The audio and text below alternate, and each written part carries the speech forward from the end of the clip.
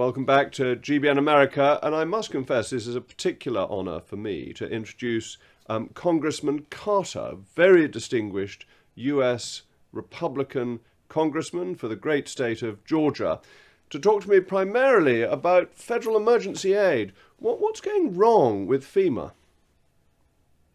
Well, what's going wrong with FEMA is that we've had one of the worst hurricanes, one of the worst disasters in the history of our state, right here in the state of Georgia. And not only that, also in Florida as well, with Helene and North Carolina, Western North Carolina in particular. And we need FEMA now. Our people are hurting. We still got people without power as a result of that storm. Georgia Power, one of our primary energy providers here in the state, called this the most devastating storm they've ever experienced. Over 230 people lost their lives as a result of this storm. We've got devastation, generational farms that have been wiped out, generational timberland that's been wiped out. Now's the time for our federal government to step up and help our citizens. And that's what's so frustrating about seeing so much of the FEMA money going toward these left-wing priorities and going to illegal immigrants to fund them when the money is needed here and it's needed now. So tell me, where has the money been going? Because the sums that FEMA has at its disposal are enormous, but it's only managed to spend, a couple of $100 million for Hurricane Helen, which in terms of the US economy is a drop in the ocean. Well, that's exactly right. And that's a good question. That's what we want to have answered. And we know it's going to take a little time. And yes, we are impatient right now. Look, if you're without electricity, if you're without water, of course you're impatient. And we understand that. We're trying to deal with it the best we can, and our people are doing great. You know, we've got a lot of great resources in this country and a lot of great resources in our state, but our greatest resources are people. And it's neighbor helping neighbor. And if it weren't for that, I hate to even think about where we would be right now. But we really do need the federal government to step up and to respond in a way that's going to help people and help them immediately. And you were saying some of the money's been going on illegal migration. What has that got to do with federal emergencies? Well, I guess you could extend it to the point and maybe stretch it a little bit and say, well, it's an emergency at the border, and it is. It is truly a catastrophe at the border. But at the same time, that's a lot different from what we consider FEMA, what their purpose is, and that is for federal emergency management. And are these problems deep-seated? Because I remember when you go back to Hurricane Katrina, there was a lot of criticism of FEMA and indeed of President George Bush at the time. Is it that FEMA is one of those bureaucracies that when it was first set up was well-intentioned, did good work, but now, years and years on, has lost its sense of purpose and the bureaucracy has taken over its ability to do things effectively?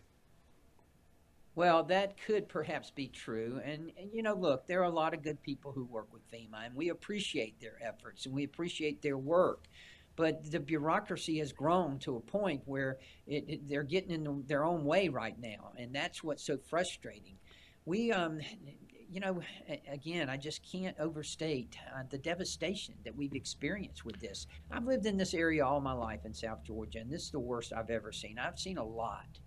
And you must feel this very personally, because I was a constituency MP in Westminster, and when you're representing people and terrible things happen to them, it's very difficult, isn't it? And you want to do your best for them, and you must be seeing friends and constituents who have had their homes destroyed.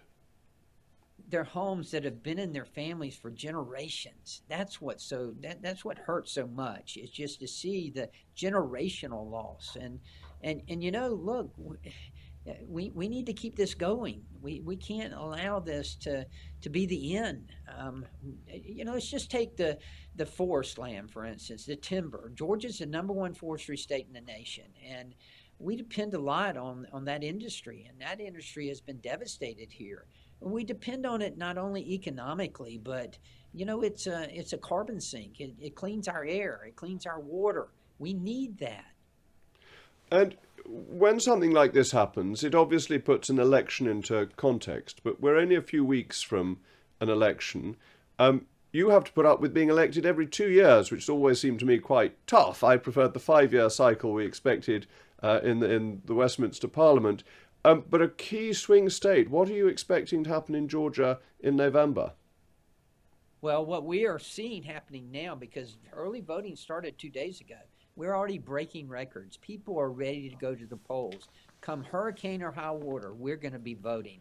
And I think you're going to see a change this time. I think you're going to see Georgia go back to being a red state like it has been in the past. Well, I seem to remember last time it was very close, and it was one of the most exciting states as it came in quite late and was holding things in the balance for a bit. You are correct, and of course that was 4 years ago, and I would submit to you that that was an anomaly, and that, again, this time we're going to see people who really are inspired, people who really are encouraged to get out and vote, and the turnout is going to be very, very impressive. And do you think issues like FEMA being unable to respond, FEMA still spending money on COVID several years after COVID ended, is one of the things that makes people in Georgia look at Washington and say, look, they're just out of touch, and somebody like Donald Trump may be able to get them back in touch because he has his finger on the pulse of the American nation? I do think that is a good assessment, and I think it's an accurate assessment of the situation down here. I do think that people feel like the current administration is out of touch, and that they don't understand the problems that we're experiencing right now. They don't understand that people are having to make a decision between buying groceries and buying gas. They don't understand that the illegal drugs that are coming across that border are infesting all of our communities. They don't understand that every state is a border state now, and we're all being impacted by that. They don't understand that our respect on the world stage that has deteriorated is important to us. We understand we're the leader in democracy here in America, and that has diminished during this administration, and we need to get that back. And that's so important what you say about immigration, because immigration is affecting the whole of the United States, isn't it? Not just the border states anymore, that it's having effect on states that are quite a long way from the border. Absolutely, it's having an impact, and not only the but also the drugs, as I mentioned, that are coming across and infesting all of our communities. And you mentioned also the US's role internationally. Obviously, the US has historically been one of the great supporters of Israel, and very important that Israel wins in its struggle against Iran, a long-standing enemy of the United States. But there's also the issue in Ukraine. Where do you think that would go with a Republican administration if Trump wins? Well, look, I think it's significant to note that this did not happen during the Trump administration. We didn't have Putin invading Ukraine. We didn't have Iran supporting and financing the terrorist groups like Hamas and Hezbollah and the Houthis. And during the Trump administration, you didn't see that. That happened during the Biden-Harris administration. And I think that you're going to see this get cleaned up pretty quickly with a new Trump administration. And that's one of the things that is most forgotten about Trump's administration, isn't it? That he was extremely successful in terms of foreign policy, that he started the Abraham Accords, a number of agreements between Middle Eastern states and Israel, and that things were moving in a very positive direction. And he saw the danger of Iran with so much more clarity than the previous Obama administration or the current Biden administration's done. Absolutely, and that's why I mentioned people in Georgia understand that. We're not backwoods hicks down here. We understand what's going on the world stage. We understand that the United States is not looked upon as being a world power anymore like we were, and that our respect on the world stage has diminished during this administration, and we want that back. And you want that back, and you want economic growth back. And I understand that opinion polls show that people feel that they were better off under Donald Trump than they are under Joe Biden. And that's always important, isn't it, in elections? Absolutely. People, they vote with their pocketbook. There's no question about that. And that's going to be a big, big factor in this race.